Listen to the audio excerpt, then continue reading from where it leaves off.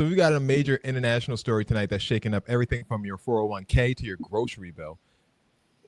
It's bold, it's brash, and it's putting global markets on notice. President Trump has officially slapped a massive 104% tariff on Chinese imports. 104% after Beijing missed a hard deadline set by Trump to back off of his own trade retaliation. If you guys don't know, China decided to put a 34% tariff on the United States in response to the United States' 54% tariff on China. And while the administration says that it's about strength and fairness, Wall Street just posted its worst 4-day slide in nearly a decade. $5.8 trillion have vanished from the economy. So what does that mean for you? Let's break it all down. As I said, 104% tariff on all Chinese goods starting tonight after China refused to withdraw its counter tariffs by Tuesday's deadline. Beijing called the deadline blackmail, and the White House calls it, quote unquote, negotiation. And Americans, they're bracing for the worst. A new Reuters poll shows that 73% of Americans expect prices to rise, from sneakers to smartphones, canned beans, eating beans, to car parts. Companies are already passing these costs to you, and some are already stockpiling groceries while others are freezing hiring. Wall Street reacted sharply, the S&P 500 dropping below the 5,000 mark for the first time in nearly a year, and is down nearly 19% from February's high. Meanwhile, some allies are striking back. Canada will impose a 25% retaliatory tariff on U.S. vehicles.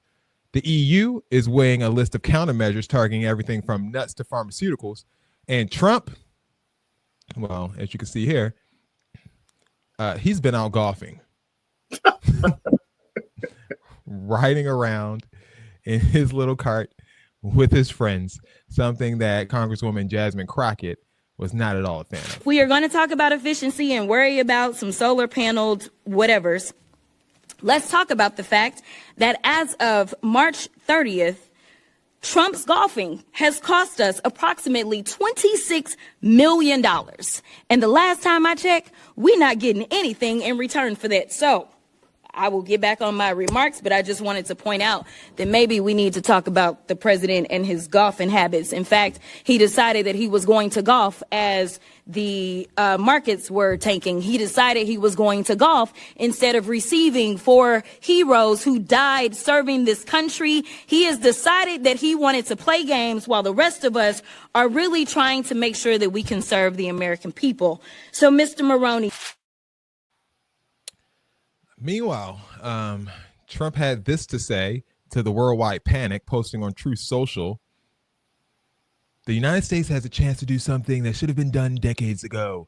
Don't be weak. Don't be stupid. Don't be a panicking, which apparently he says is a new party based on weak and stupid people.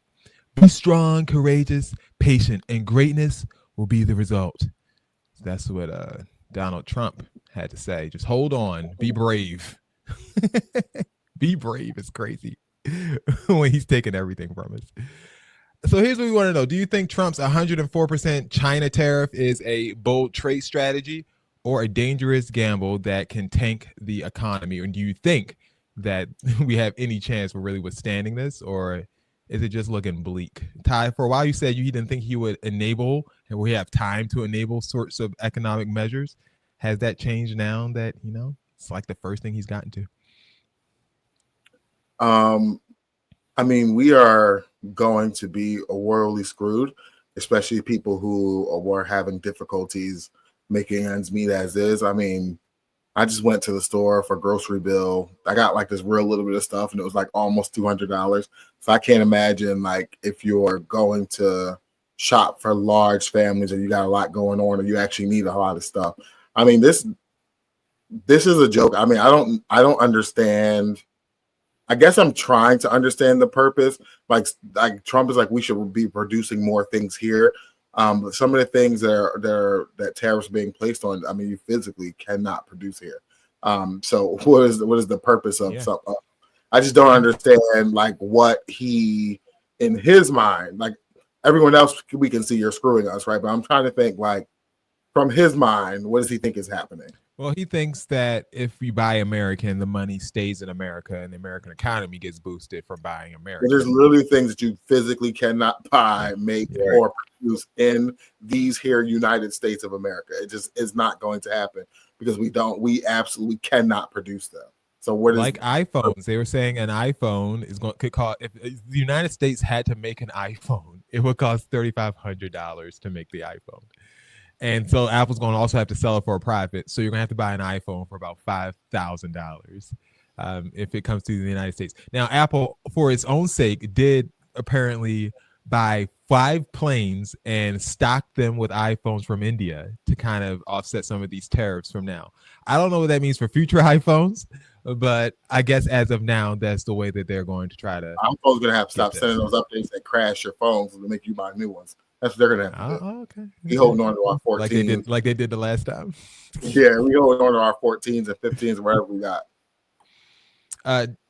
Sorry, Eric, as someone who does not like to pay a lot of money for goods and services, are you at all worried about Trump's tariffs? I mean, it's not like you buy a lot of stuff that's made in China. I don't know, but is this something that concerns you?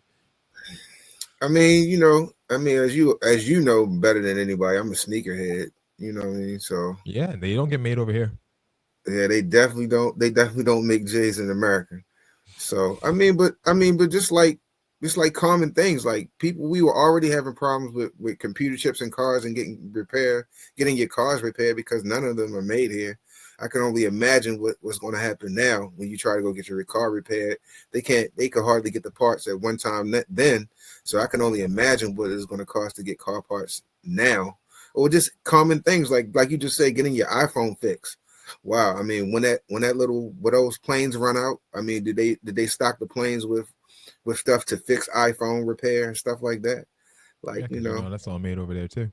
Now, yeah. Speaking of sneakers, Dex, I saw that $150 pair of sneakers, if it's for instance created in someplace like Thailand, it's going to go from $150 to $230 because of these tariffs.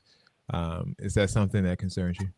I mean, I do think the tariff stuff is very concerning, but like I also think that, how do I put this? I would say this. I've seen a lot of conversation on social media where people are like, it's got to get worse before it gets better. And like, no, it don't. It's bizarre to me that a lot of people are running with that narrative instead of just being like, Trump is screwing us over. Instead of that, people are like, it's got to get better. It's got to get worse before it gets better. He's got to take us all the way down and then he'll bring us all the way back up. And I don't know. I don't think we survive. You don't think we survive? So what's going to happen? I don't think as the nation as we are now, if we do these tariff wars with other countries, I don't think we, as the United States, like genuinely survive, because what it turns into is people are going to start getting greedy and people are going to start taking matters into their own hand.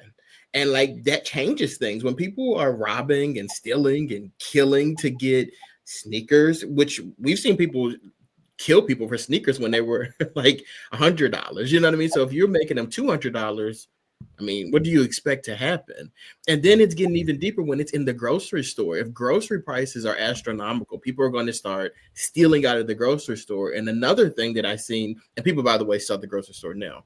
And another thing that I'm starting to see in the grocery store is that these tariffs have not even come into place yet. And grocery stores are getting greedy and jacking up the prices on items too. People are going to start doing that left and right.